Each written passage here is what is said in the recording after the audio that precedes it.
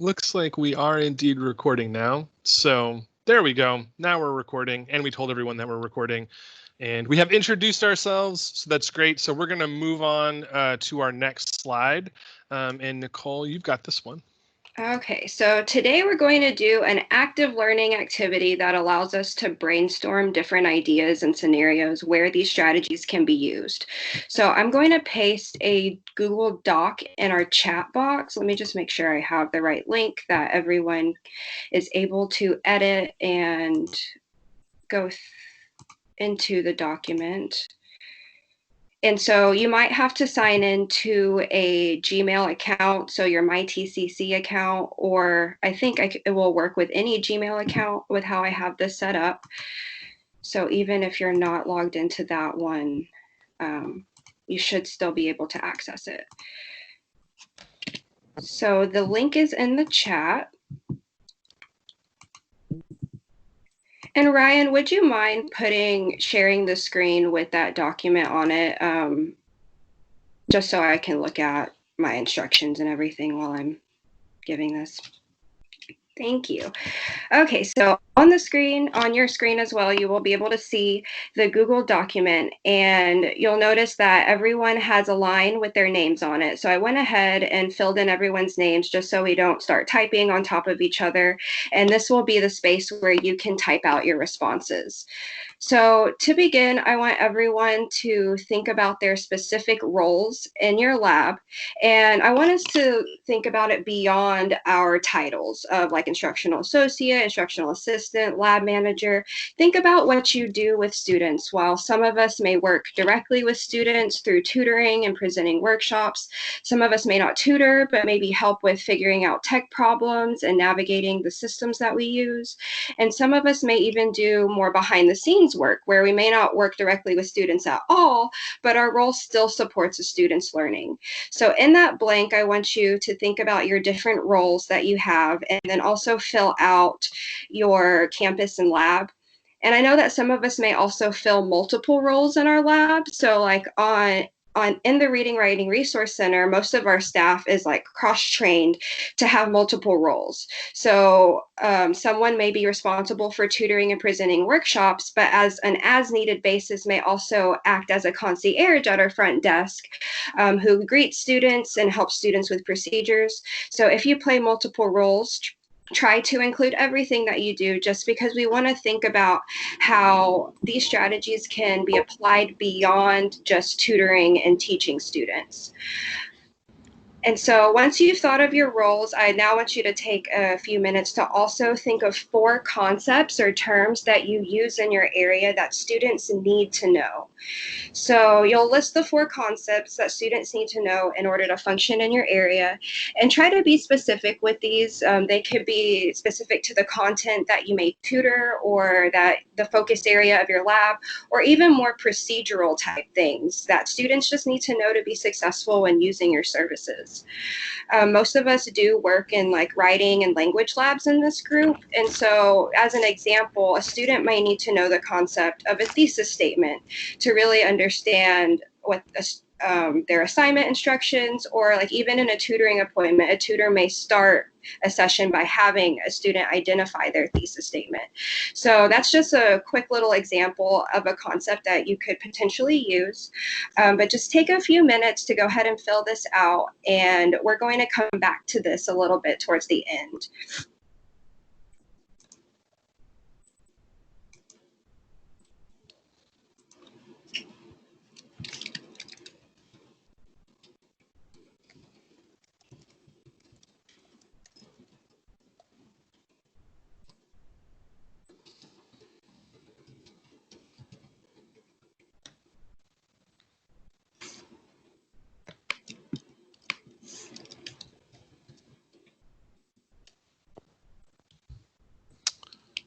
Okay, so I'm going to switch back to our PowerPoint, and while you all are working on filling in that Google Doc, I'm going to talk a little bit about, sorry, I am messaging with someone who's having trouble with the chat right now. Well, yeah, sorry. Someone who's in the group with us was having trouble accessing the chat. He's not really sure what's going on. He's going to try to log out and log back in. Hopefully, Zamar will get some access.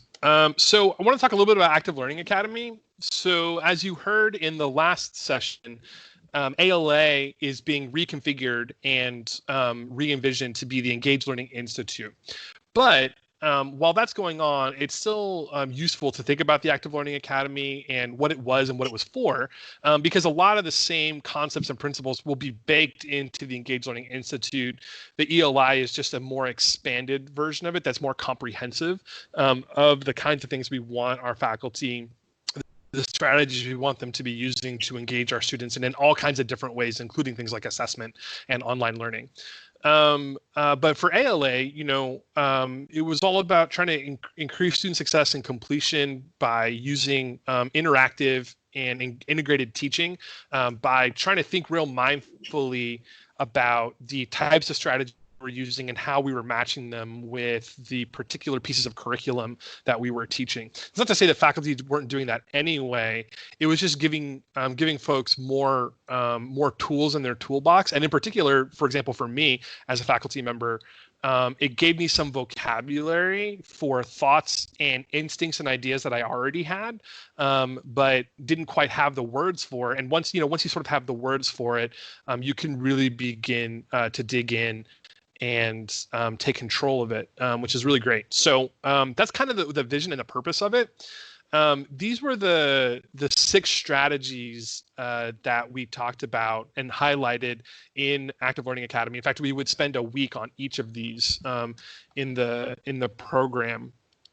So scaffolding is, probably all of these you're familiar with. Again, it's very possible you're using all these strategies. You may know this language, you may not know this vocabulary, but I'll bet as I kind of go through these, you'll recognize some of the strategies. So something like scaffolding is connecting prior knowledge to new knowledge and new information and ideas. And while you're doing that, sort of increasing the level of difficulty as you go, right? And so, scaffolding, the name scaffolding implies that you're sort of acting as a support as your students are building that knowledge. Classroom talk is all about giving students a space to talk, whether that's in pairs or groups or in the whole class. And the teacher in that strategy acts as kind of a facilitator. And similar to scaffolding, they're gradually raising the difficulty, although in this case, it's not difficulty as much as it is the level of discourse and the kinds of discussions that you're prompting your students to have. And the faculty also demonstrates and encourages the use of academic language. If you think about when you talk with students and they're using sort of general terms or not really using the vocabulary or the language of the discipline, and you sort of model that for them, that's part of what classroom talk is about.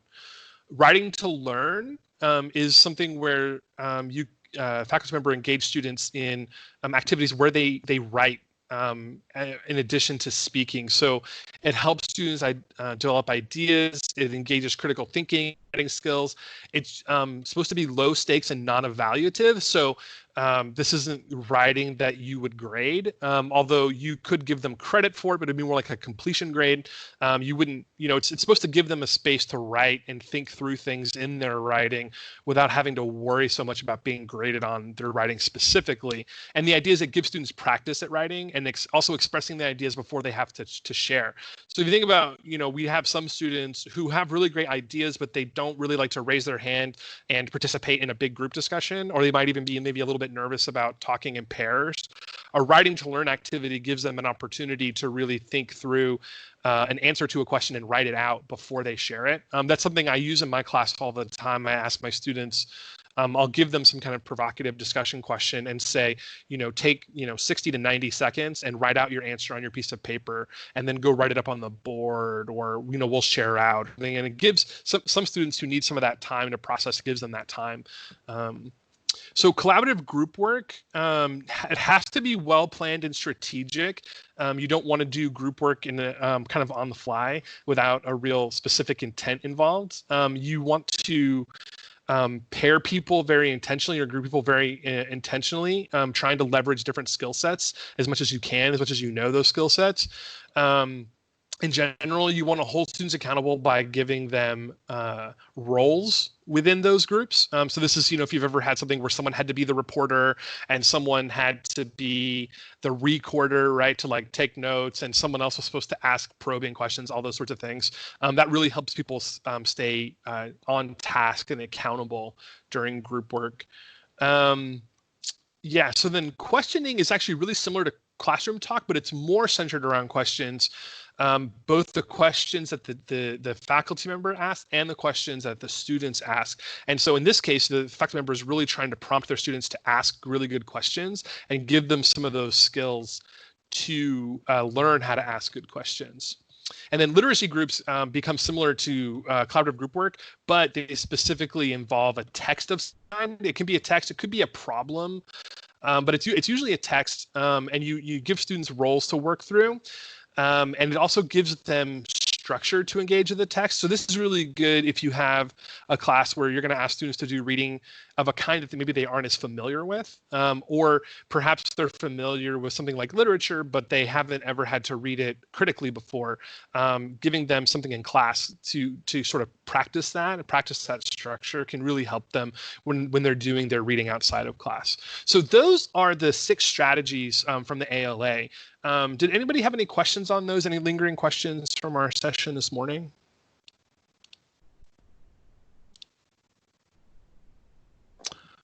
Do not see any questions, so I am going to move on to the next slide, but we should have time for questions at the end if you've still got one when we get there. Okay, so now we're going to have a little bit of a discussion on engaged learning in the Learning Commons, and I have 3 different poll everywhere slides. So I would invite you to either pull out your mobile device or open up your web browser to like a different tab than the Google Doc, because you're going to need to come back to the Google Doc. And I want you to go to pollev.com/RyanFerguson891. You can also follow those instructions to use a text message to do that. And what I want you to do is send in a response that tells us what you're currently doing in your space that incorporates engaged learning. So, wow. Think through what's going on in your space, what kinds of ways you are engaging students in engaged learning, and use that poll everywhere to send us a response.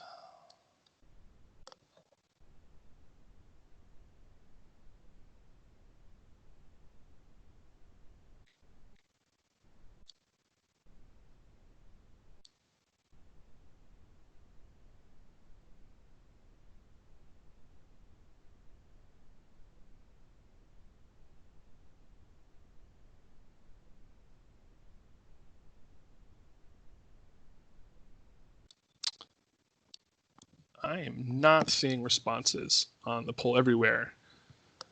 You guys having trouble getting in? I'm just typing my response currently. Oh, okay. Well, then I will be patient, Carly. Sorry.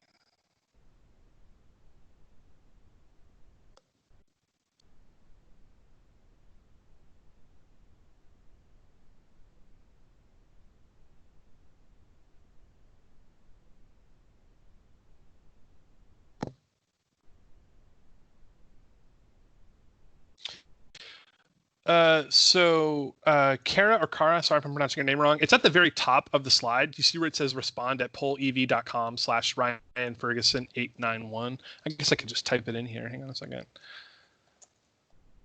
Oh, thank you, Michelle. Appreciate it. You scaffolding, questioning, Socratic questioning, and writing to learn. Tutoring centers are interactive. We ask questions and talk about students' writing. That's awesome. Should we start by asking, identify students' prior knowledge? That's great. Yeah, those probing questions at the very beginning to understand prior knowledge can be so important. Because if you don't know what their prior knowledge is, it can be really hard to even start, right? You gotta know what they know, at least a little bit, to sort of be on a level playing field with them.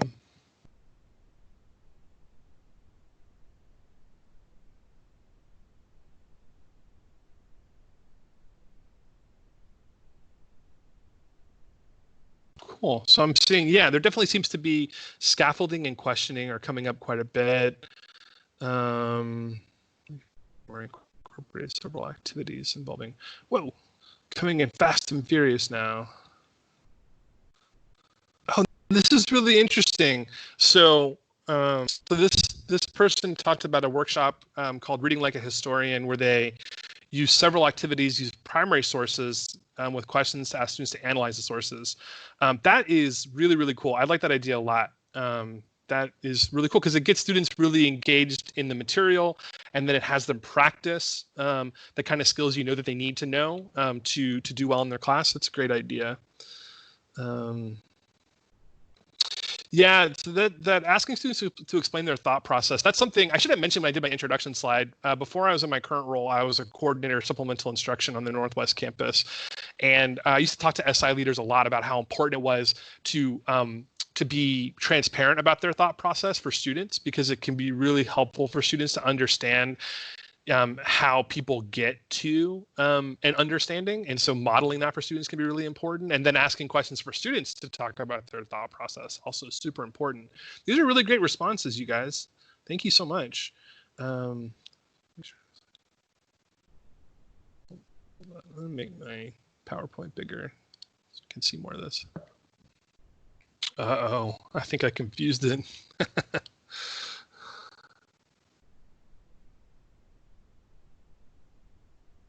Yeah, so these two that are right next to each other talk about making the student the author of the editing process. And then the one here talks about how students make all corrections rather than the tutors. And I think that's so important, right? Because if we do it for them, they won't learn, right? It may frustrate them. They may come in thinking that you will do that work for them, but ultimately it's going to be more valuable for them if they have to do it themselves. Yeah, students to explain their argument.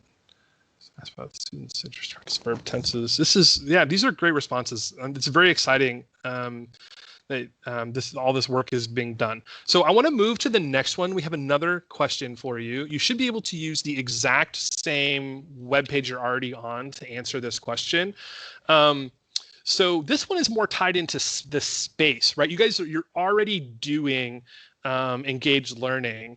So thinking about the space that you're in and the ways in which you use your space, what could be done in that space to increase engaged learning, to do more engaged learning, to do different kinds of engaged learning? Like, how can you remember we were talking about those three pillars of ILI, and then of course of engaged learning, which were technology, space, and pedagogy.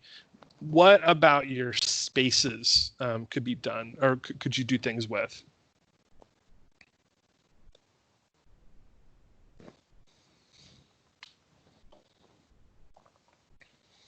I'm thinking that assess student needs and knowledge one was from the last one. I think it came through right as I was switching.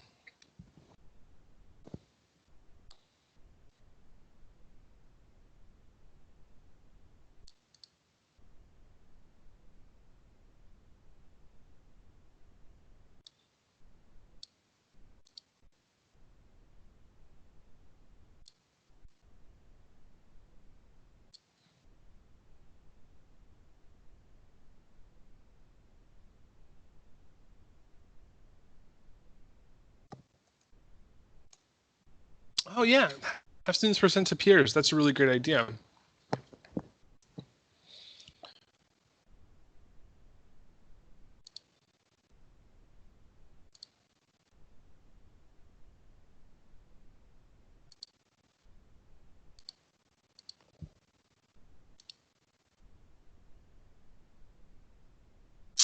Yeah, make sure your activities tie to student learning outcomes. I think that's really important. I think one of the things you have to do to make sure that you're doing that is that you're training your folks on what the student learning outcomes are, and it's got to be part of your professional development for tutors and SI leaders and things like that.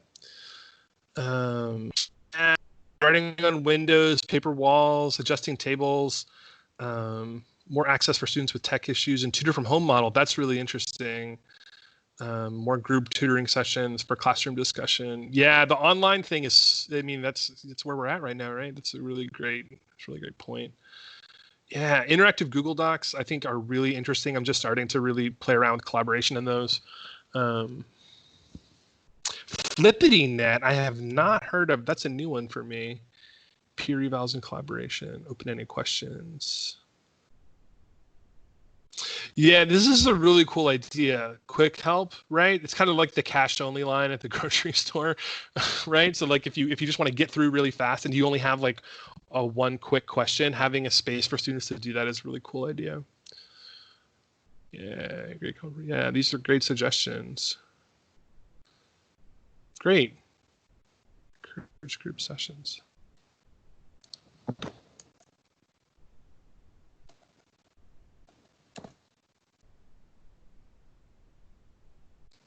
These are all very good suggestions. Thank you guys for your engagement in this. These poll everywhere. I was telling Nicole when we were preparing for this that I did a session with some folks with a poll everywhere slide and no one wanted to answer. I'm really glad you guys are answering these questions. Okay, so we have one more of these. I want to get to that one, so we have plenty of time to discuss. So what could be done to coordinate engaged learning inside and outside of the classroom? So in this case, I want you to think about the ways in which you are engaged with students and also their faculty, and you're collaborating with the faculty to promote engaged learning. Or maybe it's, working with students to form groups in classes, but different ways that you can coordinate it so that the engaged learning that's happening in the classroom is not disconnected from the engaged learning that's happening in your services.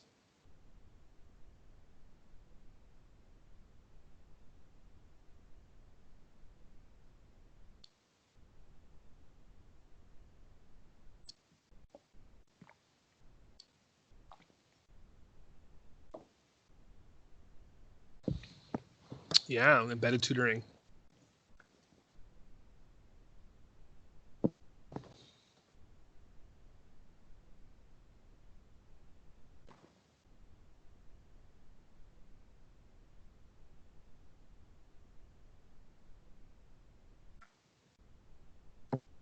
Can someone maybe switch on your mic and let me know what you mean by class workshops? Are you talking about like having a workshop that you would do in your space but in the classroom, something like that? Is that what that means? Hi, it's Nicole. I'm the one that inserted that answer. And what I meant by class workshops was just having a list of workshops available for faculty to see what applies to their class, and then maybe even bringing their class into the lab or online to present to them. That's awesome. That's great. That's a really great suggestion.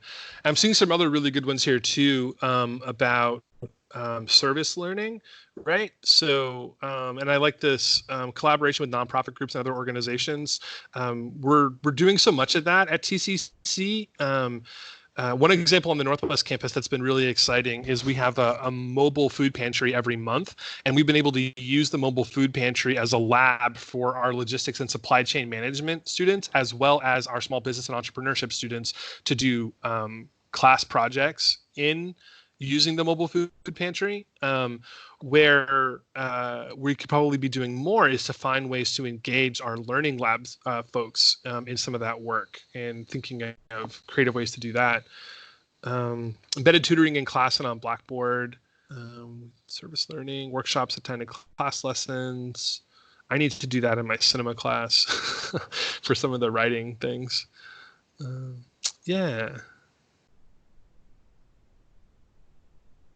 Yeah, this is great. This sample paragraph one is really terrific idea to help students understand more kind of what goes into a paragraph and what the instructor is looking for and all those kinds of things. Workshops, resources online. This is great.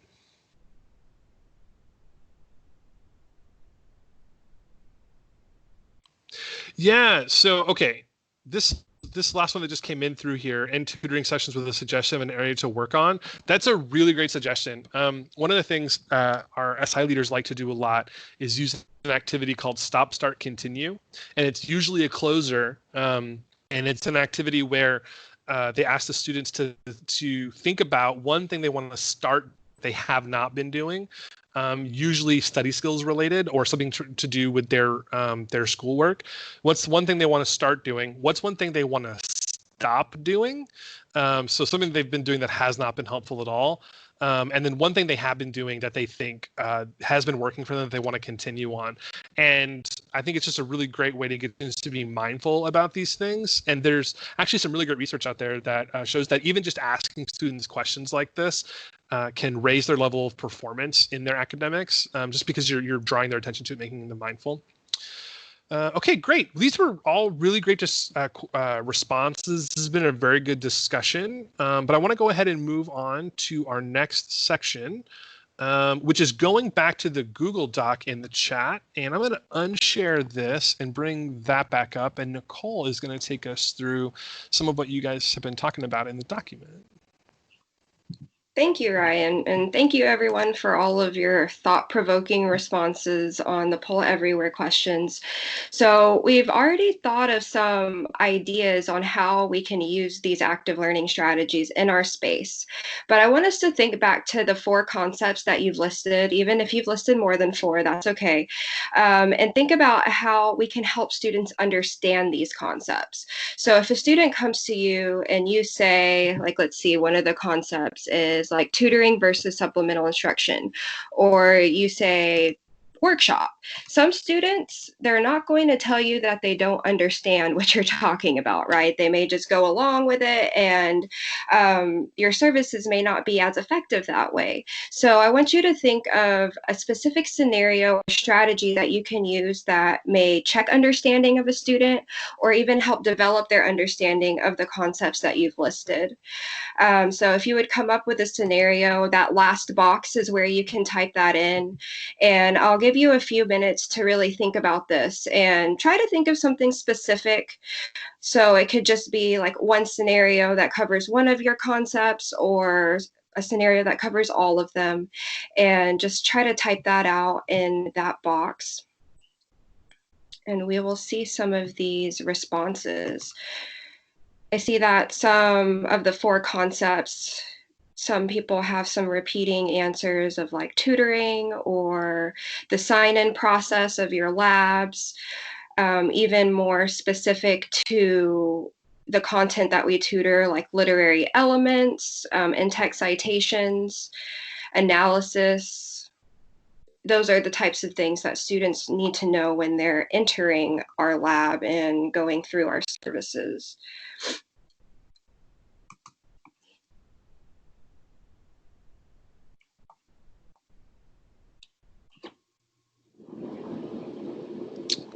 Oh, I'm seeing Carly has a really great suggestion in the 4th column. I'm just going to get down to it really quick. This one here is pretty interesting. Oh, I don't want to do that. Oh, no. I almost moved the column totally over. Here we go.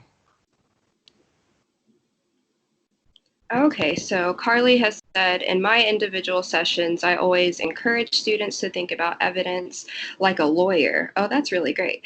I think it would be interesting to have an activity where students are given sample arguments and they must act those arguments out like a lawyer speaking to a jury. This would be a group activity perhaps done in a classroom. A group of students would be the jury and a group would be the defendant. Oh, that's a really, really great activity. And you're really putting it in the context of like how they have to defend their arguments and everything. And I think that would also be really applicable to some of our workshops. If your lab presents workshops to students, this may be an activity that we might be able to implement with like an argument workshop. Great idea, Carly.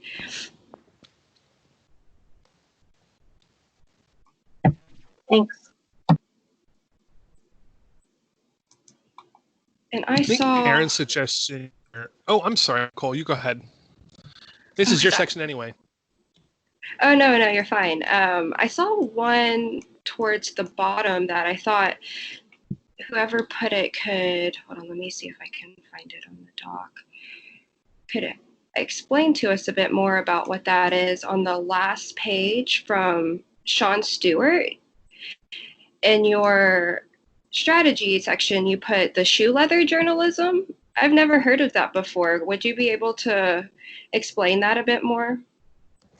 Yeah, sure. Coming from a journalism background, I was public relations and journalism for about 10 years.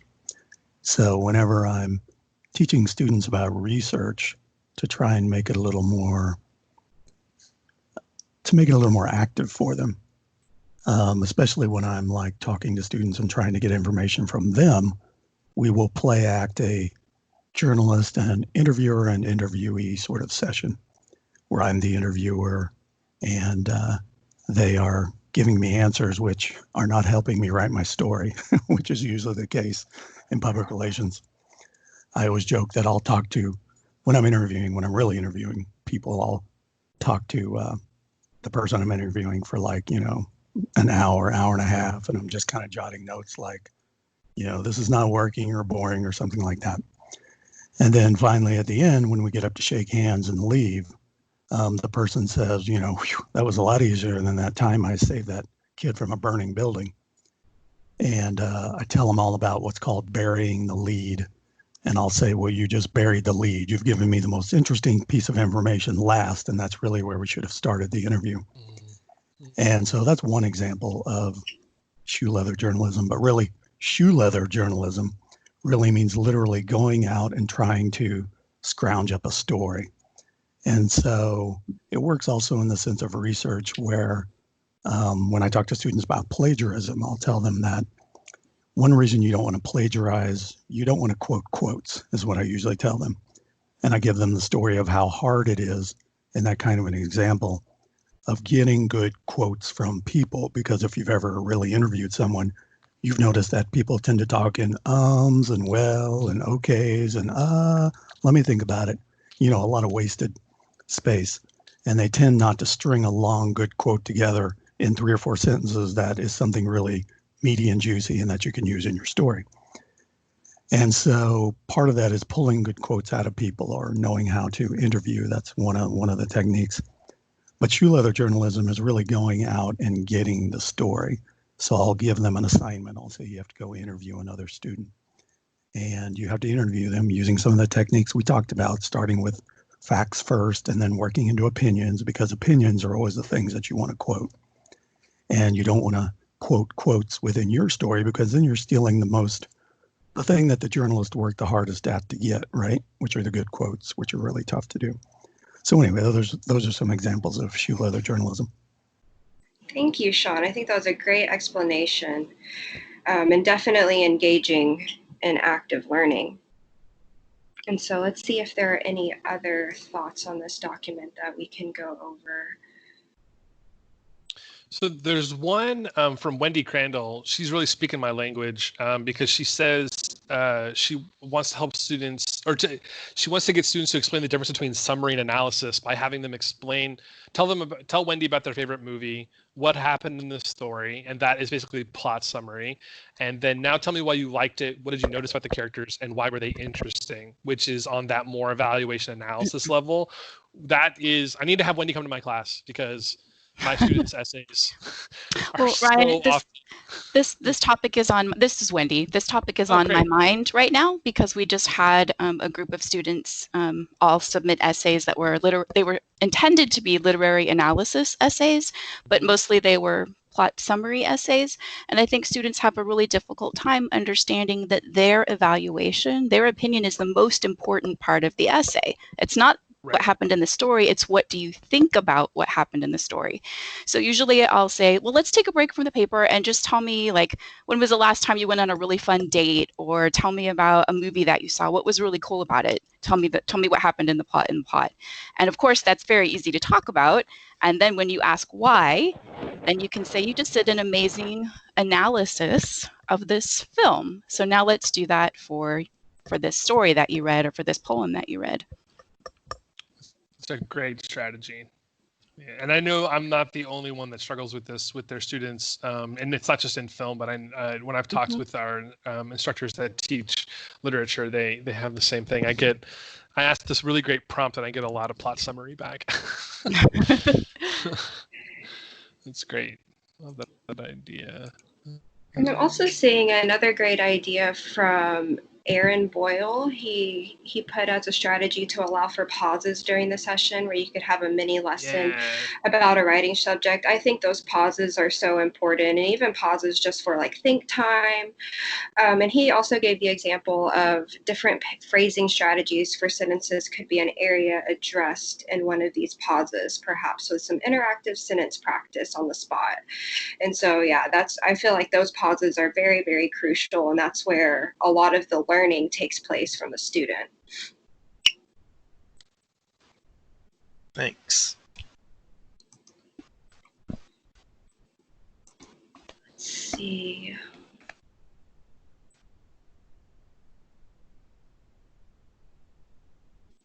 I see that some people are still typing their answers. And then let's see. So I know that some of us play roles that are outside of tutoring and maybe help on like a more customer service basis. Does anyone that works one of those jobs like to share a strategy that they could use with having students understand the concepts that you've listed?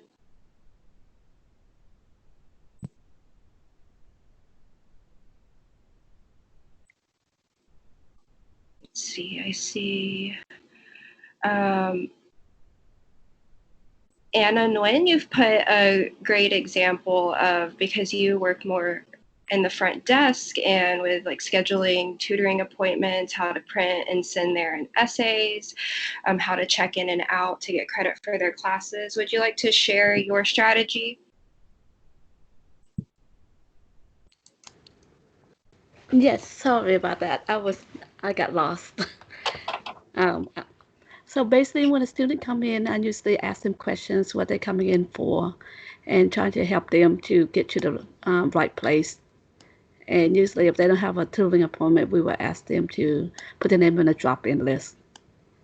And the way we try to help them is by giving them information sheets with our information about the lab and how to schedule the appointment.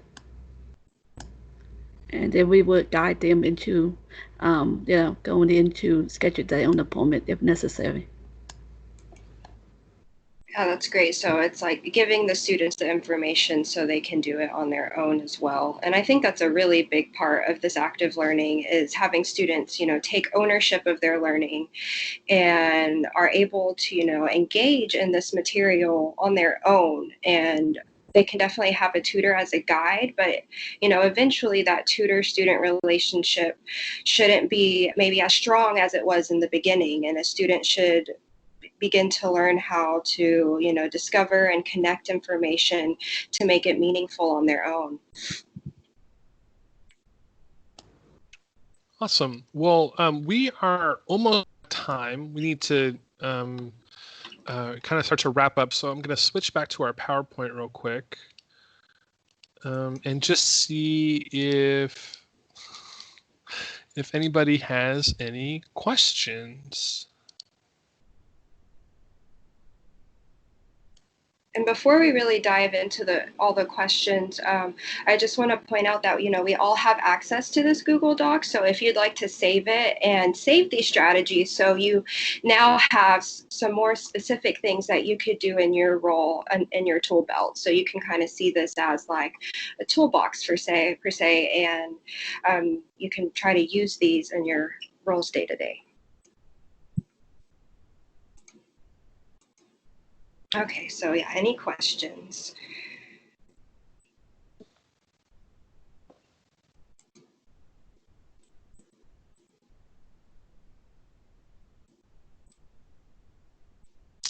All right. Well, it looks like we don't have questions, which is totally fine. And we're about out of time anyway. So we're going to go ahead and wrap this up. And I'm going to end the recording.